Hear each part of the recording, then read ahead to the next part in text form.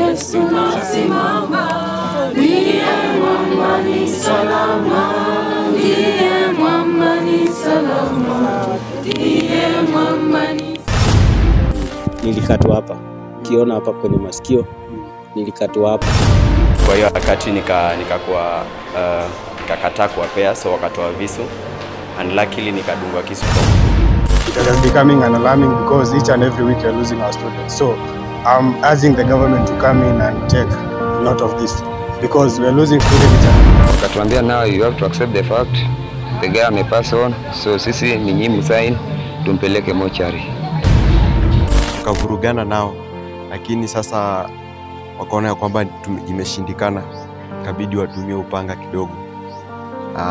Hadi sasa bado nina alama kichwani kwa hapa.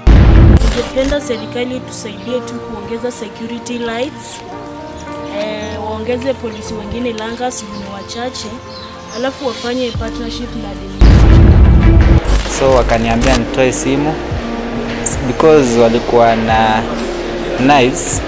I felt that nikiresist maybe wangeenda kufanya kitu mbaya, so nikatoa simu nikawapatia, alafu hapo hivi wakaitisha the pin of the phone. By the way, I called him to react. You hear that today someone has died, tomorrow someone has died, another day the other day someone also died the same place. Went to the residence, and that student had to be admitted in MTRH.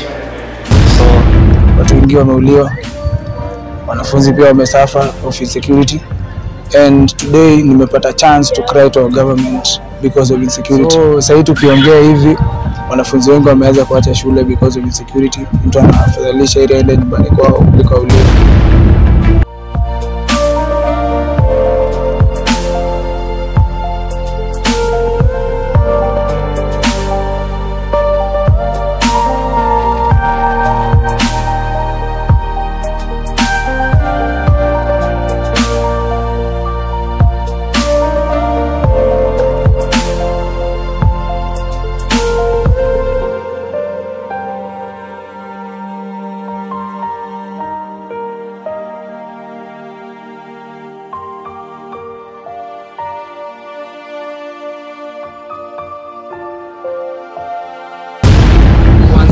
Hapa tulipo eneo hili la Cherunya katika mtaa wa Langas, moja kwa moja hadi Pioneer, Kokwas na bila kusahau Kukari, ni baadhi tu ya maeneo ambayo tukiyataja hasa kwa wanafunzi wa vyuo wanaosomea katika mji huu wa Eldoret hawezi kosa la kusimulia.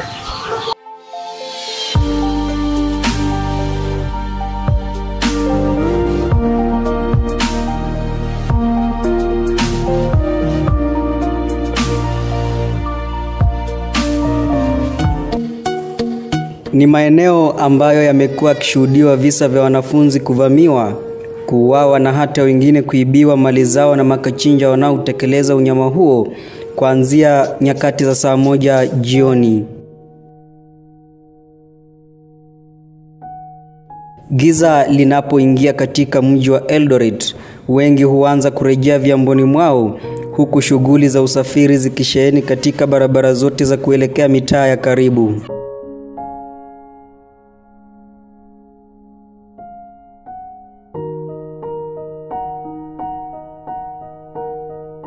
Ni muda ambao pia wahalifu huanza kujiandaa kwa ajili ya kuvuna mali wasizozipanda, huku wakiegemea zaidi upande wa wanafunzi wa vyuo kwa kufahamu kwamba wengi wao huwa na mali za thamani ikiwemo rununu za mkononi, vipakatalishi na vifaa vingine vya thamani.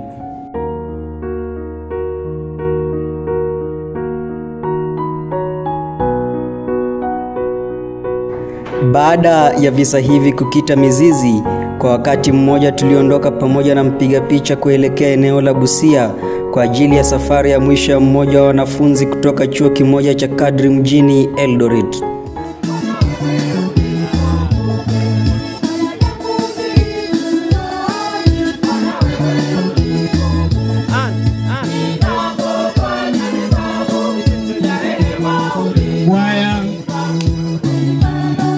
Tujipange, tunaelekea sasa makaburini.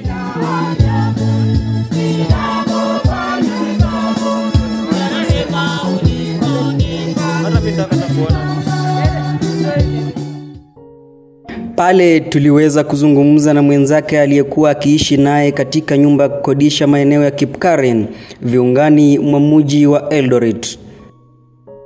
Mimi ndo nimekuwa nikiishi na Elvis. In fact, I'm the one mwenye nilimrefer to ICS college whereby alikuwa na pursue ICT. And tumekuwa tukiishi naye tu vizuri like a brother. Actually, ilifika hadi Sunday ya date 6 whereby nilipigiwa simu because sikuwa nimefika kwa nyumba. Nilipigiwa simu nikaambiwa na neighbor kuna mtu amelala huko na ni kama ni Elvis, hebu kama muone. Mimi kufika huko nikampata, by the way alikuwa na bleed kwa masikio, amegongwa kwa head. Nikamrashadi Real Hospital. Kufika huko wakakata kumwattend because they needed cash. Thereafter ilibidi nimrefer to Eldoret Referral Hospital whereby tulifika huko saa 4 usiku and tulipitia kwa emergency, akawekwa room 5, then akafanywa matibabu kiasi hapo iko hadi saa 7 usiku whereby alipelekwa kufanywa CT scan. Na venye walifanya CT scan, daktari wakaniambia kuna bleeding, like amebleed hadi kwa brain, so ilikuwa lazima afanywe surgery.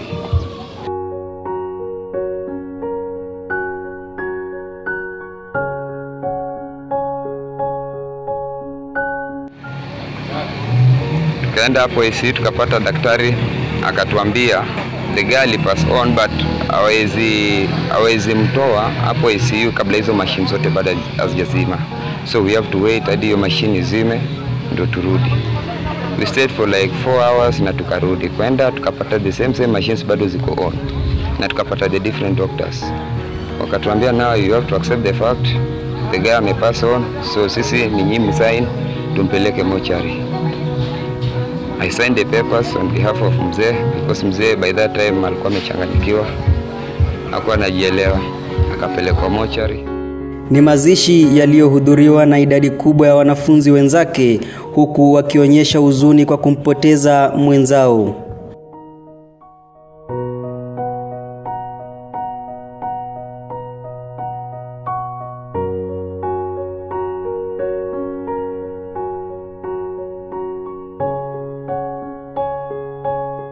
Baadaye tulikutana na mmoja wa wahadhiri wake aliyeelezea kuwa kijana huyo alikuwa mwenye bidii na aliyependa zaidi taaluma yake chuoni humo. My name is Flavin Samuel Maeri, head of department in ICT and engineering, and also a tutor or a lecturer in ICT.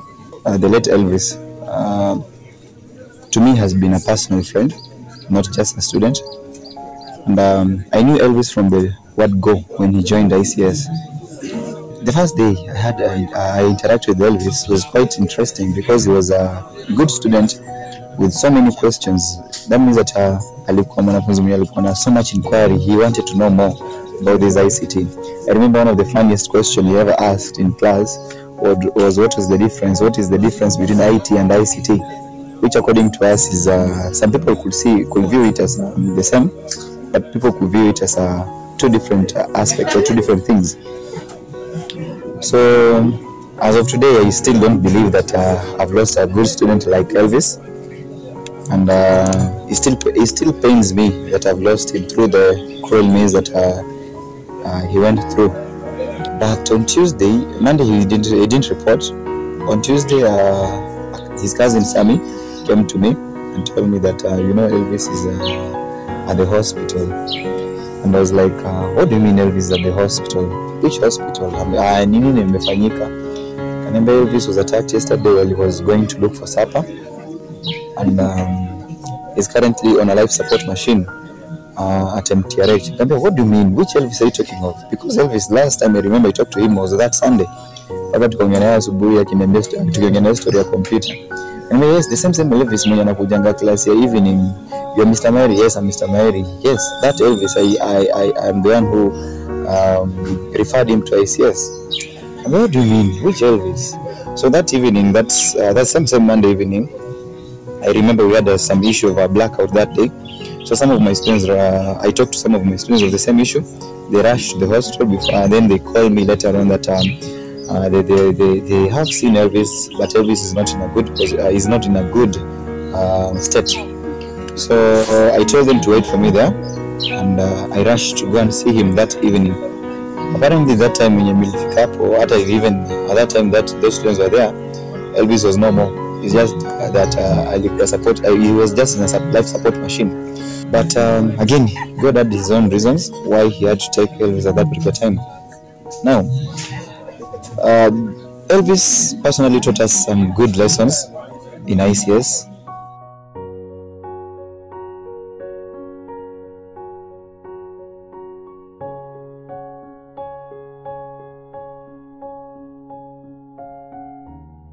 Elvis has taught us one thing that we call love.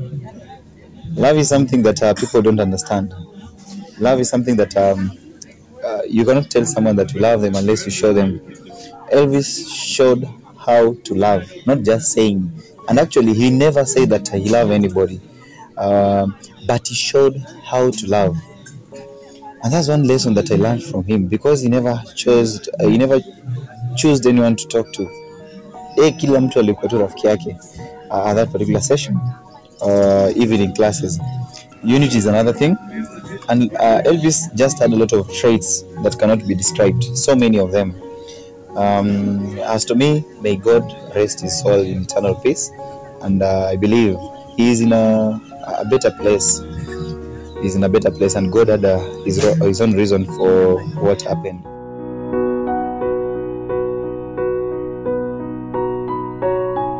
Bila shaka hapa ni eneo la Kipkaren, takriban kilomita 1 kutoka mji mkuu wa Eldoret ulioko katika kaunti ya Uasin Gishu.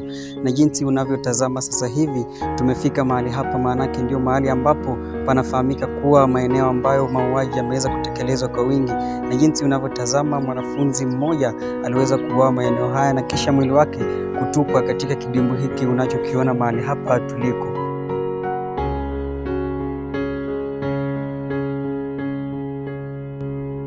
Eneo la tukio ni mkabala na kanisa moja mtaani humo, ambapo wakazi wanasema kuwa taa hii iliharibika siku kadhaa zilizopita, ila hatua za kuirekebisha bado zimekuwa kama kuitegea meli katika uga wa ndege.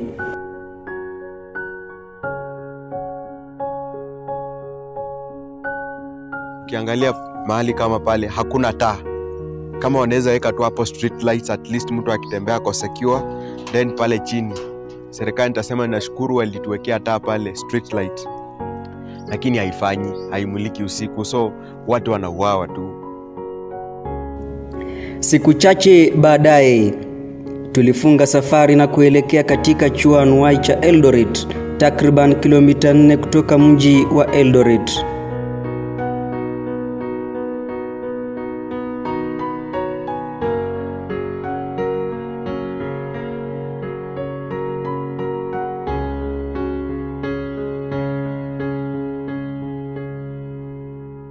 Ni chuo ambacho kinapatikana mkabala na eneo la Langas na kina idadi kubwa ya wanafunzi kilinganishwa na vyuo vingine. Kwa mjibu wa katibu mtendakazi wa wanafunzi chuoni humo, chuo hicho kina zaidi ya wanafunzi 18,000. My name is Osin Nyangulo. I studied at the Royal National Polytechnic. I pursued a diploma course in architectural engineering, and I'm currently serving in the Student Council of Eldoret Polytechnic as the Secretary General to the Cabinet. In Eldoret Poly we have like 18,000 students, around that, and even above. Yeah, we have students from all over. It is a national polytechnic, so we have students who are being placed by the COOPs, and those who are working students who come to look for the opportunities by themselves, and so long as you have what it takes to do a particular course, you can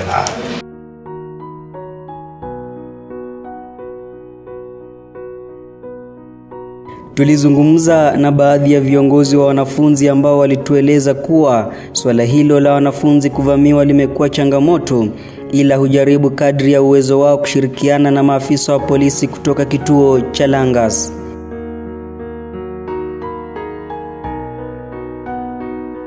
Kwa wanafunzi walio na hisia za huzuni kuwapoteza wenzao, wanaiomba idara ya usalama sehemu hiyo kuwa mstari wa mbele na kupiga jeki hatua za usalama wa wanafunzi. Pioneer Police Station is just like 800 meters from the place. But hakuna siku wa maskari wanakuja hapo. Kazi yao ni kungoja tu kuzunguka huko. There is no day wametuambia ati maybe kuna mwizi ameshikwa hapo ama kuna madara ameshikwa hapo. So ni gava pia ingilia kati alafu. Maeneo haya Kipkaren kuna kanisa pale chini, kanisa linaitwa Juliana. Lile kanisa yani hiyo imekuwa the main hotspot hapa. Kwa sababu kuna kijana mwenzetu wa shule pia aliuawa pale. Watu wengi wamepigwa pale. Juzi kuna msichana amekatwa panga pale tena. Na ukiangalia tena pale maeneo ya Cherunya pale kuna uwanja. Pia that's the main hotspot kule. Mimi himizo kwa serikali ni ya kwamba ukiangalia mahali kama pale hakuna taa. Kama wanaweza weka tu hapo street lights, at least mtu akitembea kwa secure. Okay, so my name is Derek Fred Nyongesa. I'm a student at the National Eldoret Polytechnic. I'm studying a course in business, that is I'm taking supply chain management. So there's the issue of insecurity bana hapa hivi Langas. Our students bana being murdered, like usually there's this case of a girl who was murdered and at the same time was raped. So we are addressing the government to come and see this. It has becoming an alarming because each and every week we are losing our students. So I'm urging the government to come in and take note of this, because we are losing students each and every day. So we need the government to put us more police officers and also to install more security lights and increase the hours of patrol so that our students may be at peace. So we like the government hear us because we are suffering. Sisi kama student yenyewe tunateseka. Unakaa hivi una imagine hata ukitembea street huwezi tembea na amani because maybe somebody there anakuangalia ndio kusnitch ama kutoa kitu. So the government kindly we urge you come and hear us. See, as the student of Polytechnic, tunateseka na tunaumia. Yeah, it's because of our fellow students. We have got insecurity since last month. Students have gone under insecurities for around 3 months ago. Watu wengi wameuliwa, wanafunzi pia wamesuffer of insecurity. And today nimepata chance to cry to our government because of insecurity. To our government, at least tunaomba mtusaidie na more security hapa kwa shule yetu ama around the Eldoret Polytechnic environment at large. So sasa tukiongea hivi wanafunzi wengi wameweza kuacha shule because of insecurity. Mtu anafadhalisha ile aende nyumbani kwao kuliko auliwe. And as to why to erase those stuff, ni government ingilie kati wafanye partnership with the school administration, at least waone all students are safe. And to this juncture, I wish to tell the government, being specifically national government, waangalie maslahi ya wanafunzi, wa add on more security. Kwa mara nyingi, comrade anapopata hiyo shida, haizi kuja shule, na hapo sasa unapata kama lecturers wako na shida wanafika kwenye darasa, wanafunzi ni wachache. Pia wenzao wanakuwa na ile shida ya mwenzao mwingine hayuko. Kuna shida mingi. Pia mtu anatumia ile pesa ambayo alikuwa nayo, anatumia kwenda hospitali. Mara mingi unapata wanaumizwa, wanatumia pesa kwenda hospitali, mtu unapata ana pesa tena. Ana miss classes, hiyo inakuwa shida siku ya mtihani. Mtu amekosa classes kama 1 week, na unajua sasa mtu akikosa classes hivyo inakuanga shida. Security inaanza na mtu mwenyewe, inakuanzia wewe mwenyewe binafsi.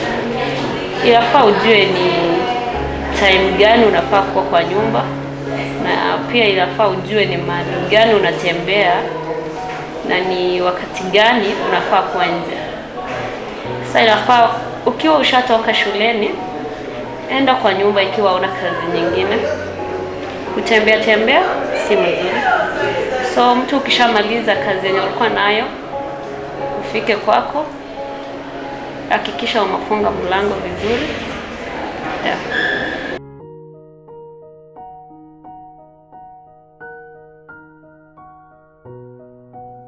Wengi wao wanalalamikia eneo la Langas kuongoza kwa visa vya uhalifu.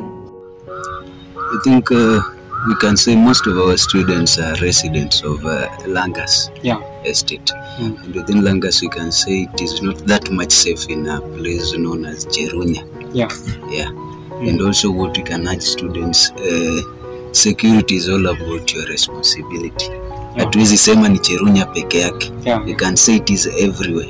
So we just urge them to be self-responsible. The measures we are taking as a school, I think, for example, we can curb our students by giving them a resident within our hostels.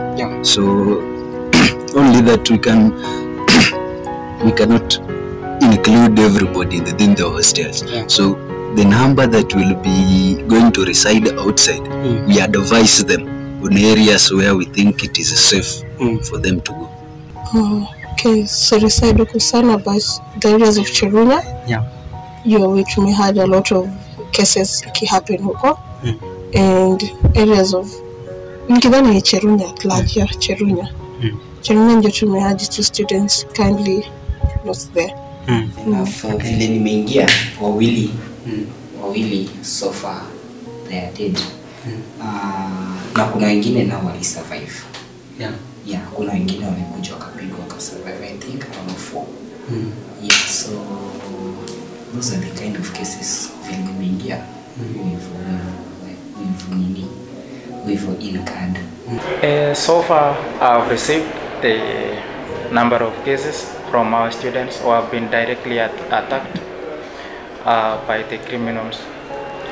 I remember last semester we had a student who was attacked on his way to the residence, and that student had to be admitted in MTRH. The first area is where we find the students being attacked at areas like Cherunya, Kisumu, around Kona. You find that these are the places where our students mostly stay. So that is the one challenge that we have. These areas have got cheaper housing and more houses, and they are the most insecure places. We have heard of some incidences from students on cases concerning insecurity, especially around those estates like Langas and its suburbs, areas like those environs around Eldoret Poly. There are some students who have been attacked there from this institution. Places like Lupawa, Kisumu and Kipkaren. Alafu places za Langas kwenda huko mbele. Alafu action pia, students should be careful in anything they do.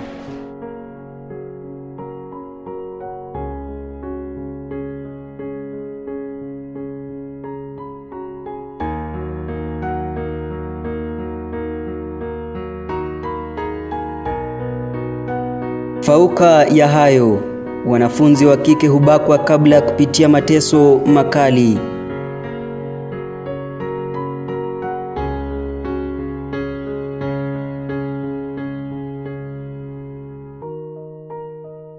Whereby you can find that those students who ends up in hospital, they ended up incurring a lot of costs in trying to get themselves treated.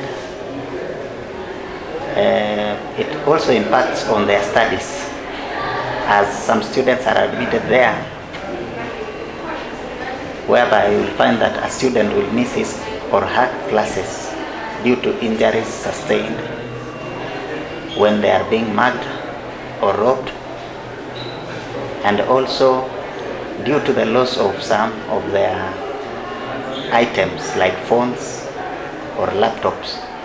They will not be able to attend their classes effectively because they lack some of the learning resources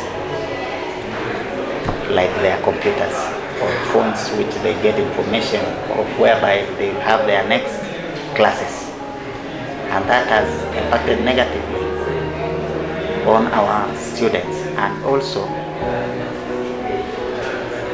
that incident whereby students are being robbed has led to some students being much afraid to occupy places in those areas that are deemed to be danger zones, and ends up securing accommodation in areas where they can find security but at a high cost. That also has impacted negatively on the students, where you find that students will pay high prices to get accommodation in areas which they deem secure, like those prime estates around this place. Because we have reported cases of 5 students affected by security cases, where most of them have been taken to hospitals, and we, the students, funded them in the hospitals. So it has affected us economically, of tunachanga pesa ya kuwasaidia kwa bili ya hospitali, and also psychologically most of the students who are affected, most of them may have neared exam periods, and when they are going to take their exams, they can lose their minds and confidence because of that trauma of being attacked, of being insecure. So it is a serious issue because it is affecting the education and ability and the secureness of staying in the being free and being open to have good time and study times. Hapo around Tulin niliatakiwa hapo na nikachukuliwa simu hapo, alafu nilichukuliwa bike ilikuwa Pioneer. Tumekuwa na cases from those areas ambapo wanafunzi wamekuwa wakivamiwa na mali yao kuchukuliwa na hata mwishowe kuumizwa. Some of them have ended in hospitals, while some have reported their cases to our police stations around this place. So far this semester we have around 5 cases of students who have been attacked or mugged around those places that I've mentioned. First of all, when before even earlier this semester, before before I received the cases from the cases whereby our student were attacked, I remember I was with the student leader from Eldoret Poly, whereby his student, around 2 students were killed on the same. So I, as a student leader, I had to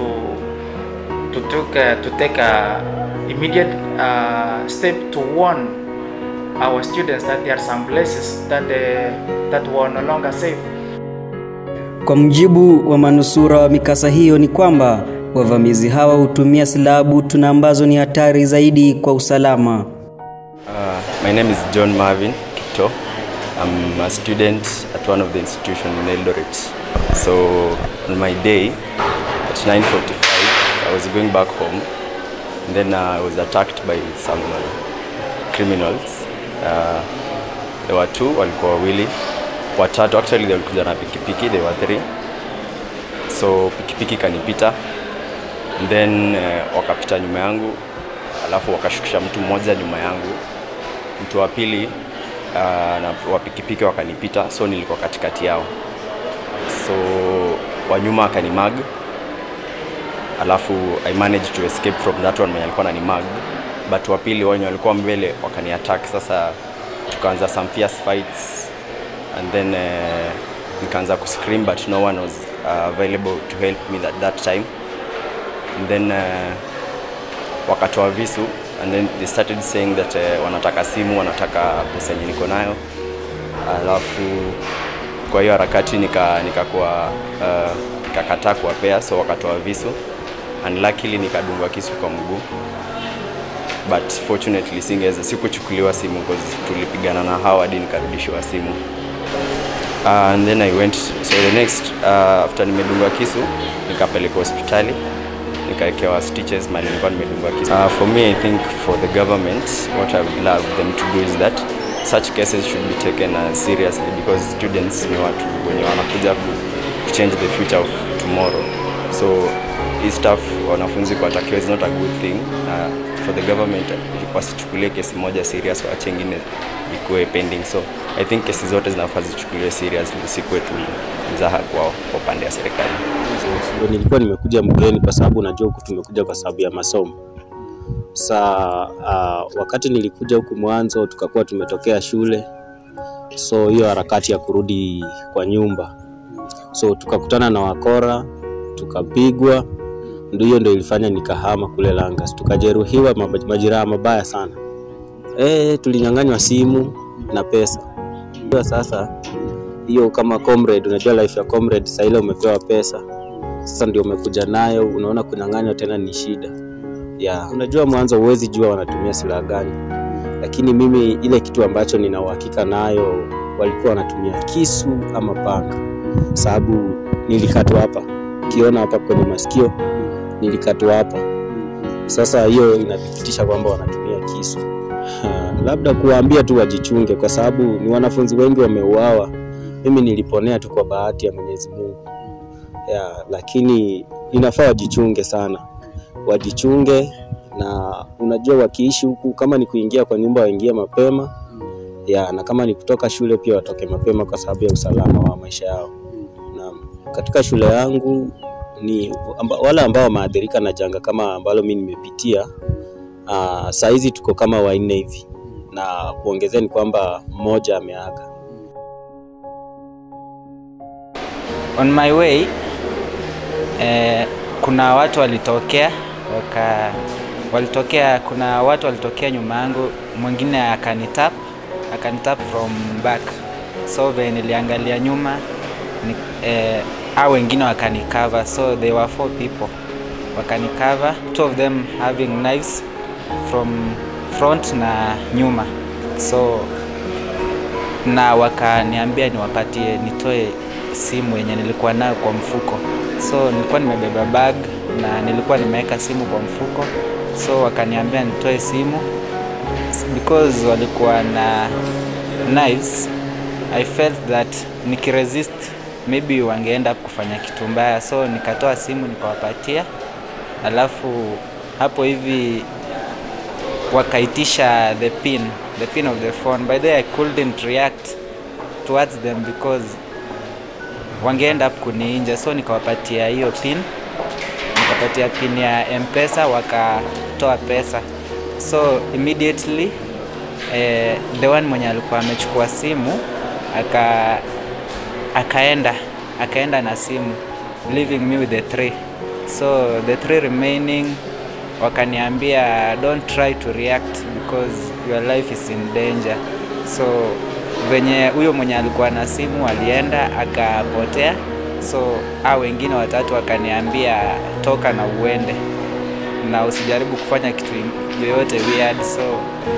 So another case came in a time nilikuwa Pioneer pia, nilikuwa nimeenda kwa shop and on that process ya kupurchase kitu nilikuwa nimeweka bike yangu pia hapo nje and it was also stolen. So I just gave up, nikasema ni sawa tu, but issue ya security at least they just have to improve because most of the students by the way are so insecure. Tumesikia so many cases of students being killed, wengine are being harassed, theft, vitu mingi zinafanyika. So the issue to do with security, it must be improved hapa Eldoret. The government should provide the measures to cut out the issue of security, like wanafaa waweke anything to do with security. Just the police officers should be aware of everything that is going on, na police officers wakireport issue wakuwe ready kusaidia mtu, wasikuwe that slow, because hata this case of mine ya simu walikuwa slow sana na sioni like wakireact. Nikienda huko every time wananiambia nirudi, so wakuwe ready kusaidia mwa. So these comrades wanapitia challenges mingi sana na yafaa wakuwe ready to be helped in any case.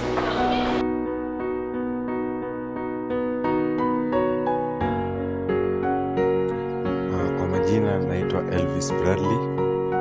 Mimi ni mkaji wa hapa Kipkaren, na hapo awali nilikuwa naishi kule Langas, na mimi sijaishi hapa miaka mingi, lakini nimekuja hapa kwa ajili ya masomo. Unapata ya kwamba hali ya usalama si nzuri ukielekea kule masaa ya saa 1 kuanzia saa 12, hali si hali. Na unapata ya kwamba unapotembea kule na masaa yameenda, utapata ya kwamba utakandamizwa sana na vijana wenzako, na hutaweza kuwajua kwa sababu hawa watu wakuja maybe tuseme wakikuja kukuattack, watakuja kwanza wakutane na wewe wakupite. Wakisha kupita na wanarudi sasa nyuma yako. Wakipita utapigwa tu na kitu kwa kichwa, hata utajua ni nini, either nyundo or something else. Mostly they target kichwa kwa sababu wanajua kichwa, wakupiga kichwa hakuna kitu kingine utafanya, you will be confused. Then unajua kikupiga hata kama ni mgongo nini, at least mkono inaweza fanya kazi nini. Wana target kichwa sana sana, upoteze fahamu. But mimi nakumbuka ile wakati nilipigwa si kupoteza fahamu. Nilikuwa at least nilikuwa nimepoteza, ni kama nimeenda, lakini kosa na walikuwa kama wanaume kama 4 hivi. Tukavurugana nao, lakini sasa wakaona ya kwamba imeshindikana, ikabidi watumie upanga kidogo. Hadi sasa bado nina alama kichwani iko hapa. Nilikatwa kapanga kidogo, ndo sasa hapo nika lose sasa conscious kabisa. Sasa aim yao ni yao, wanataka tu simu, ama kama uko na bag wanaamini ya kwamba ukibeba bag na wewe ni kijana mdogo, wanaamini ya kwamba umebeba laptop, so wanataka waibe hiyo laptop waende na. So wakanichukua simu, wakanichukua kila kitu, but I thank God waliniachia uhai. So mimi kuondokea hapo maisha ikakuwa hivyo, nikaenda OC, but nikatibiwa, sasa niko fiti. Na mimi si wa kwanza na mimi si wa mwisho, bado hizo vitu zinaendelea. So mimi nilikuwa na himizo kwa vijana wenzangu. Naambia vijana, ukikuja kutembea maeneo ya Eldoret, jua ni nani unatembea na yeye na ni nani unakaa na yeye. Na tafadhali shughuli zako ufanya tu kuanzia saa 1 hadi saa 11:30.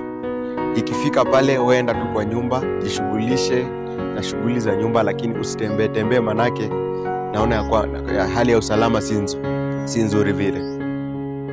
Wengi wa wanafunzi huripoti visa hivi katika vituo vya polisi, ila husalia kuambiwa uchunguzi utafanyika. Alafu the next day tukaenda police station, tukareport, nikachukua OB number, wakaniambia niende nichukue form ya P3. Nikaenda nikachukua form ya P3 from the hospital, and then nikaambiwa jinsi nikaambiwa jinsi steps itachukuliwa by the police. Alafu kukiwa na any arrests of that sort, watanicall so that niweze kuidentify the people who attack. For now bado sijapata call yoyote, but nilikuwa tu nafundisha, niko na form ya P3 as a person, so wakaniambia watanicall, but up to date hawajanicall. 3 weeks ago on Tuesday. Mimi nikatoka immediately nikaenda kuripoti kwa police station. Hapo kwa police station nikapatiwa OB, nikaambiwa ilikuwa hiyo time ilikuwa kitu saa 1 hadi saa 1. So nikaenda kuripoti kwa police station, nikapatiwa OB na nikaambiwa nirudi the following day so that nipeane statement. So nilirudi the following day, nikapatiana statement na nikaambiwa watajaribu kufollow up the case. So I've been trying to go back kusikia kenye inaendelea. So naambiwa I still wait, they're still following up. So the school officials of the TNEPS, that is the council, the student council of the Eldoret National Polytechnic, took a petition to Langas Police Station or CPD. So they told us they are doing investigations. So we are still waiting for the results from them. Okay. So far I had just one case, but ili follow you up. The case that Kenya got very much with it was being followed up, and right now I under I don't know, the chief commander of the county and follow up on it. Yes. Yeah, the security is arranging to follow up on it. students. We've managed to at least do even petitions to the Langas police station, to the OCPD, to address our issues, reporting maybe incidences that maybe have not been reported, reporting incidences that maybe have already been reported, and follow up, so that at least they know that we really have issues that are really alarming in regards to insecurity matters. We have several students who have been attacked. Some have been left in very, very critical conditions. Some have been killed on the spot. Some have been attacked, and later on we lose them when they are seeking their medication. Like just this month, we lost one student who was attacked. It was some mystery how things transpired. We do not understand it, but I believe everything is in the follow-up by the police. And after being attacked, we lost the student who he was undergoing medication, and we saw rest in peace. Currently, we also have one student who was an alumni of our institution, though the student just finished his studies last semester. I think in the previous next series that we did, he was attacked at Sumundogo, around areas of Sumundogo. He's currently in ICU, though it is being said that he is a little bit recovered, and that now he can recover some of the faces that he sees. So the issue of insecurity is too much. Our students are being attacked. Pasi na maeneo tuliyoyataja katikati pa mji hapajasazwa. Mostly hii cases zimetokea side za kwanza, tutaanzia tu hapa within town, hapa town CBD. These cases are so many here, so students should be cautious. The place I was attacked at first, nikiibiwa simu, ilikuwa hapa Naivas Sokoni Market. So like the cases of insecurity within Eldoret is something that is should be addressed. So secondly, earlier this semester we had around 3 of our students who have been attacked on the same. So we had to do as a council to take a step by providing a memo to circulate among our comrades that there were some areas who were no longer safe. So in those areas we had identified.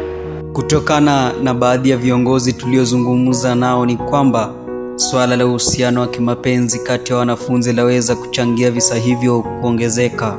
You know, that is a social life, and that one can also affect. You know, people are different, and with the youths tunaelewa sote kwa mambo kama hayo ambayo yako. So in our institution we have got the guidance and counseling department. These departments help us in a really, really good way in handling that, because boycott relationships are things that cannot prevent, because somebody goes there he or she wants somebody, and that is an adult. Mtu college ni adult, you cannot stop that person from dating somebody. So when they date outside there, when they have issues, we do advise them that we can report if somebody is maybe threatening you because maybe you broke up, or maybe you are seducing somebody's girlfriend, brings up wrangles. In case of anything that you see that is raising any red flags, you can report to our security at the gate. We have administrative police within, headed by an Inspector Masharia. We have the security guards for the institution. We have the dean's office. We have the guidance and counseling department, and we have these student councillors as well. You can report to any of these offices so that you can get assistance. And those are things that are there. We also acknowledge that they can also be adding up to these insecurity issues, but we try and tame that at a level that cannot reach that. The issues is there is a problem somewhere, and the problem needs to be sorted now, not later, but today. Where is the issue? And I also had some interaction again with some of my few students, and my cue to my understanding that these attacks are just propagated or propelled by fellow students when you're nakuja kutafuta studies, but wakifika in the process like studies imewalemea, so the only thing that they can result to is now find easy way to access money or easy way to access resources, which is a very big problem in the society. Okay, so we really need to put our students in a safer place. No place is safer. Trust me, no place is safer. No, you're not going to get a safer place. But how are we going to have a safer place? We have mechanisms. We have mechanisms that we can put in place to make sure that our students are in a safer state. If something has been prominent, has been paramount at a certain location, you hear that today someone has died, tomorrow someone has died, another day, the other day someone also died, the same place. Then, what is the role of our security officers? Because these people are being paid from the taxes that we do accumulate almost on a regular basis. Baadhi ya viongozi wa wanafunzi wanaiomba serikali kuingilia kati na kuhakikisha kwamba usalama wa wanafunzi unaimarika. We need our students. So I would like to advise them to kindly try and partner with us to install more security lights along Cherunya estates, along Kisumu Ndogo estates, and along Queen's Garden estates as well. So number 2, I would like also to ask the government also to add more police stations to Langas. Langas, we are having very few police officers. They should be added so that even some can be given the opportunity to serve in Cherunya regions. Some can be given opportunity to serve in Kisumu Ndogo regions, and some can also be given opportunity to serve in Queen's Garden regions and the regions of our students. Yeah, actually. So I think that one will be of much help to us. Yeah, and also would like the government also to partner with us, at least to ensure that sensitization of our students also is achieved. Yeah, so those are the kind of things I'd like the government to partner with us. To the police, I may say we are grateful, but we are asking for more reinforcements. We are asking for more critical ways of handling this kind of issues. It is not something good that a parent sends a student, a son or a daughter, to a particular area to pursue a particular course, basically for academics, let me say so. Then, before the child finishes the studies, the child is maybe sent back home in a casket, or maybe the child is admitted in a hospital in a condition that is really alarming, that the life of this student is at stake. So let us treat these students as our children back at home, so that we can advise them, so that we can feel the pain that the parents back there at home can also be feeling, so that we have a very, very peaceful and calm community where we are all safe. Pia vilevile wanaomba wanafunzi pamoja na wazazi wao kuzingatia swala la usalama wa kibinafsi. And also for those students who like to enjoy themselves on weekend, we have advised them to complete those times that they enjoy with friends outside in time, so that they can be in their residential areas in time to avoid being mugged along the way. The patrol should be there, and also when the patrol or patrol officers are informed that these areas are no longer safe, that means also the students can get caution that those places are no-go zones. Security is very important, but as well personal security is much more important. Okay. So personal security, I would advise, as much as we are doing much more to cater for external security, personal security is much more self-centered. So you must know that not everyone you can take to your own house. So utapata maybe umepeleka mtu, then like the same person at night kusaidia to that. So what I would advise is that when it comes to your house, take it your personal initiative, that no one else, actually, not everybody else knows where you stay. That is number one. Number two, I would advise that in as much as you find yourself walking in the night outside, then kindly be in a group. Or when night time finds you outside, then it's better to sleep where you are rather than walk alone in the night. Yeah, I would advise that way. Then thirdly, I would also advise our students to be more aware of cases affecting them, and also they should be able to access their hotline numbers, of which I had already given them. Yeah, in any case of an attack, they just call that number. Then immediately there will be a response. Wapime masaa, wasikae sana, wasilewe mpaka hiyo masaa inafika. Mtu amemaliza pesa, ana ya transport, anajiamini, anaenda, alafu anapikwa. So kitu tunaambia wanafunzi ni kwamba mahali ambapo unaishi, hakikisha ya kwamba kuna amani kwa masaa fulani. Kama umechua masaa fulani ni mbaya, hakikisha ya kwamba kwa hiyo masaa utakuwa umefika kwa nyumba. I think the first thing that the parents should do as they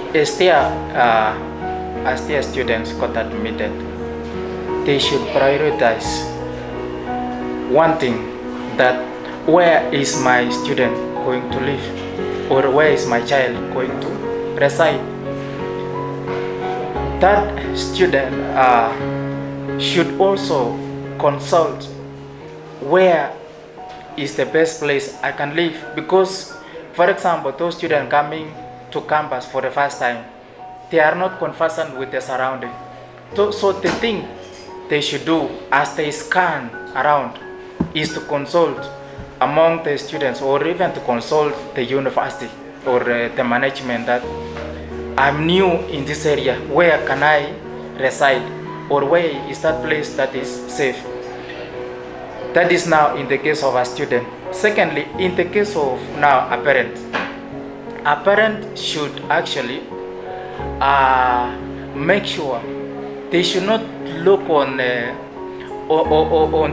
in terms of on the cheap or on the affordability of the rent. Yes, it could be affordable, but maybe your student or your child is living in a place that is so dangerous. So a parent is paying school fees, and maybe after all that student can be attacked, and at some point that student can die. So like if you are seeing the affordability at an expense of risking the life of your child, so what is the gain? So the thing is, a parent should be responsible to know where is his or her student lives. Is it safe? Is it not safe? Those are the questions. If it is safe, fine. If it is not safe, the necessary measures can be done as a parent.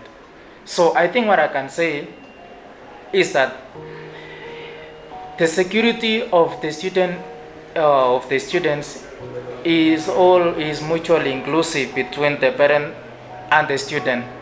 The student should talk with the parent that this place is not safe, and when the parent is informed by the student or by the child that residing in a place that is not safe, please just accept that it is true, and also you should do the necessary, because there's no need to doubt your child, and after all you might lose that child, or at some point might attack, and then it now give you another expense of taking to hospital, or some may have severe injuries that can leave permanent injuries. So as a parent, they should act responsible, be in touch with their students on their whereabouts. They should know how they are going, their well-being in general. And I know it's gonna be, all shall be okay, someone can start a university or a college, and then he or she completes while he or she is in all health. Back to my students again, we really need to be cautious of ourselves. Don't just stay in a cheaper place because you need to avoid places that are safer. Yes, it is cheap. You're going to pay it at a cheaper price, or you're going to pay a rent that is fair, which is good. You're going to save a lot of money. But how safe are you there, where you are? So to our students again, you need to be, you need to take care of yourselves. You need to be in a position that you know wherever you are, you can, because I understand we are still growing. That means that we might even report to our, or we might arrive to our places, our residential places later than 8 or even 10 or even 12. But is it safe? Is it a place that you can walk comfortably at any time? Let this not be something that is going to be repeated over and over again. Let's have an end unto this, and let's work in unity so that we try as much as possible. We cannot do it on our own, but we can try as much as we can so that we can do it together. So my advice again to our students: make sure you're in a safer place. My advice to my fellow students is that your security begins with yourself, and when you as a person take the mandate of keeping yourself safe by checking on the areas where you stay, by checking on the kind of people you interact with, and the best way to address your grievances when you have issues with anybody, or even if they can be personal, know the best offices to always knock to so that you can get assistance. So your security starts with yourself, and let us also be our brother's keepers. Let us advise our fellow students. Somebody might be coming to Eldoret Poly without knowing the kind of the situation that we are having outside there. So let us advise them accordingly so that they be aware, and that will help us reduce these kind of cases. It is not our pleasure or our happiness to see our students being attacked outside there, to see our students being admitted at hospitals due to insecurity issues. So that can be my advice to them. Then one thing I know, a parent, kama mzazi na lipa rent, mzazi anafaa kuwa anajua mtoto wake anaishi wapi. Mtoto akimwambia kwamba eneo ambayo unaishi ni eneo ambayo sio salama, let that parent take the initiative of sending a guardian, a relative, somebody who is elderly enough, or coming in person to check where the student stays and where the student wants to relocate to. Then I will maybe also advise that, if possible, they should not even be sending their rent directly to these students. They let them have their direct connection to the landlord, so that in case of anything, they can also get direct contact with the landlords when there is any issues. And when these students, a student asks a parent to maybe relocate to somewhere safe, they should reconsider some things like maybe the housing can be expensive in the areas that is more safe to stay in. But they can, if there is a relative in the very institution like Eldoret Poly, I as well maybe have a cousin who also studies here. Why can't we share a house, share the cost, which we could have cutted in Kano when we are staying in a place which is not secure, like where we will be moving to. So that is also a possibility. If there is a way that you can have even students staying, but I wouldn't advise for a big number. I will advise for maybe 2 or not more than 3 to stay in a house if they cannot afford the housing rates in places that are cheap, that are expensive, I mean, that are very much secure. So, as a society, as a National Polytechnic community, we advise the society outside there that our students also stay in, that let them treat these students as their children as well. When ungependa watoto wao walindwe na watu wengine waishi nao, ndio waishi na watoto wetu kama watoto wetu Poly. Let them advise them. Let them tell them the truth. Ukiona watoto, mtu amekuja Eldoret Poly ameitwa kwa ajili ya masomo, na kwa kweli ameenda kutafuta nyumba maeneo ambayo is not secure, they can advise at least hand a plot kama hii na hii, there can be a vacant. Then the investors, of which in this case we may see the landlords, they can also ensure that plot zile ambazo wamejenga, if they cannot have a security guard, let them have security lights and a fenced a plot with a gate yenye mtu hawezi access bila permission ya residents wa plot. With that tunapata vitu kama uwizi hata nyumba ina reduce. Then on addition as well, the society inafaa kuwa inatusaidia. If we give these youths outside there or any individual outside there an opportunity to get a job, penye anaweza pata kitu jioni aende kwa nyumba, mimi nataka kama mboga akule na ugali, hizi wizi zitaisha. You find that somebody might be stealing because he or she lacks a source of income. So let us try to establish a source of income for these people outside there, so that we have a community that everybody is dependent on in him or herself in a very, very clean way. Then the government as well can provide very many public amenities, enough public amenities like social halls where these youths can always go and at least converge, discuss things that are meaningful. They can at least call politicians there, tell them what they have, and get support from these kind of people. They can also provide facilities that can help them in a way that maybe they can even come up with projects like tree planting and sell the seedlings. In Eldoret, the weather is so much conducive that a tree is something that if you can have some very, very nice, like a seedling nursery garden for raising up seedlings for trees or any fruits, you can be making money with that. So let us give these people opportunities. Let us give them ideas. Let us try and finance them. Let us help them get the network so that we can have them engaged. With that, we can reduce this kind of cases. For the students, just make sure that you keep time wherever unatembea. Make sure uko at the safe place. Uwezi jua mtu mwenye ako nyuma yako ama mbele yako, by the way. Maybe they are planning anything for you. So for students, you just make sure that ukitembea and at least know a person who is in front of you ama nyuma yako, ndo at least you are secured. And make sure that operation time yako ikue, usikue unatembea late sana, because these cases mostly happen at late hours. So what we did actually is to inform the students that security is personal. You should have your own, you should treat security as a personal responsibility. However, the number, each and every life matters.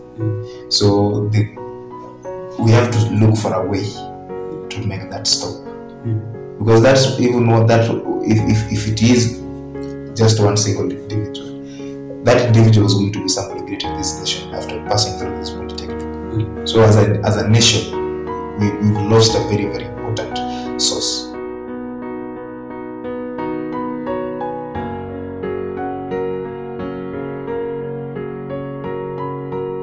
Huku idadi ya wanafunzi wanaoingia katika mji huu wa Eldoret kwa ajili ya kujiunga na vyuo mbalimbali ikizidi kuongezeka, swala la usalama limesalia mikononi mwao ili kuhakikisha kwamba wanafika katika makazi yao kabla ya giza kuingia.